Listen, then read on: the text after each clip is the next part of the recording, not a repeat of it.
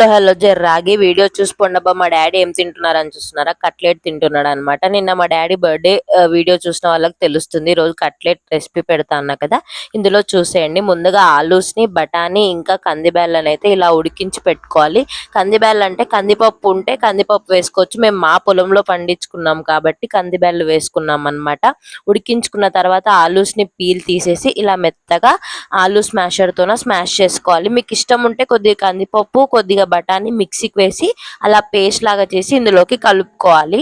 గట్టిగా ఉంటుంది కాబట్టి నీళ్లు పోసుకొని కలుపుకొని పక్కకు పెట్టుకోవాలి. తర్వాత స్టవ్ ఆన్ చేసి ప్యాన్ పెట్టుకొని ఒక 2 టీ స్పూన్స్ అంత ఆయిల్ వేసుకొని, ఇష్టం ఉంటే జీలకర్ర కూడా వేసుకొని వేడయిన తర్వాత మనం ముందుగానే స్మాష్ చేసి పెట్టుకున్న ఆలు, బఠానీ, కందిపప్పుని ఇలా ఇందులోకి వేసుకోవాలి. మీకు ఇంకా కొన్ని నీళ్లు పోసుకోవాలనుకుంటే పోసుకోండి గైస్, ఎందుకంటే అది ఉడికే వరకు గట్టిగా అయిపోతుంది కదా, అందుకే కొద్ది వాటర్ వాటర్ ఉన్నా ఏం పర్లేదు. ఇలా వేసుకొని ఒక్కసారి బాగా మిక్స్ చేసుకున్న తర్వాత అందులోకి 2 స్పూన్లంత కారం, 1 టీ స్పూన్ అంత ధనియాల పొడి, 1 టీ స్పూన్ అంత చాట్ మసాలా, సరిపడా ఉప్పు వేసుకొని బాగా మిక్స్ చేసుకోవాలి.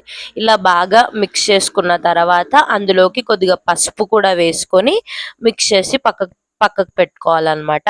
చాట్ మసాలా, ధనియాల పొడి మీ ఇష్టం ఉంటే వేసుకోవచ్చు, లేకపోతే లేదు. చాట్ మసాలా అయితే కంపల్సరీ వేసుకోండి గైస్, టేస్ట్ వస్తుంది. ధనియాల పొడి ఇంకా టేస్ట్ ఇస్తుంది కాబట్టి మేమైతే ధనియాల పొడి కూడా వేసుకున్నాం. ఇంకోటి చెప్పడం మర్చిపోయా ఏంటంటే, మీరు ఆలూస్ ఉడికించక ముందే కొద్దిగా చింతపండు అయితే నానబెట్టి పెట్టుకోండి గైస్. మీరు ఎంత పులుపు తినగలుగుతారో అంత కొద్దిగా తక్కువనే నానబెట్టి పెట్టుకోండి.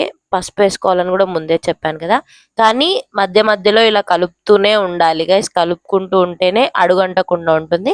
ఇలా కొద్దిగా ఉడికేటప్పుడు చింతపండు రసం కూడా పిండుకొని మళ్ళీ ఇలా ఒకసారి బాగా మిక్స్ చేసుకోవాలి. ఇంకా దగ్గరకు అవుతుంది, ఉడుకుతుంది అన్నప్పుడు అందులో కొద్దిగా కొత్తిమీర వేసుకొని ఒకసారి మిక్స్ చేసి 1 to 2 minutes అయిన తర్వాత స్టవ్ ఆఫ్ చేసుకోవాలి. ఇప్పుడు కట్లెట్ పైకి స్టఫింగ్ కోసం పెరుగు, ఆనియన్స్, సన్నకార పూస, టమాటో సాస్ ఈ 3 రెడీగా పెట్టుకోవాలి. తర్వాత మనం చేసుకున్న కట్లెట్ని బౌళ్ళల్లో సర్వ్ చేసుకొని దానిపైన నేను చెప్పిన స్టఫింగ్ మొత్తం ఇలా కొత్తిమీర, ఆనియన్స్, పెరుగు, టమాటో సాస్, కొద్దిగా సన్నకార పూస వేసుకొని తింటే మాత్రం వేరే టేస్ట్ ఉంది గైస్. చాలా అంటే చాలా టేస్ట్ కుదిరింది. పానీపూరి బండి దగ్గర ఎలా ఉంటుందో సేమ్ అలానే టేస్ట్ అయితే కుదిరిందనమాట. నా వీడియోస్ చూస్తున్న ప్రతి ఒక్కరూ లైక్ చేసి, షేర్ చేసి, సబ్స్క్రైబ్ చేసుకోండి గైస్. ఖచ్చితంగా మీకు మంచి మంచి వీడియోస్ పెడతాను, మంచి ఎంటర్టైన్మెంట్ వీడియోస్ కూడా పెడతాను ముందు. ఈ వీడియో కనుక మీకు నచ్చినట్లయితే like, share, subscribe to simply charisma. Thank you. ఇంకో వీడియోతో మళ్ళీ కలుస్తాను.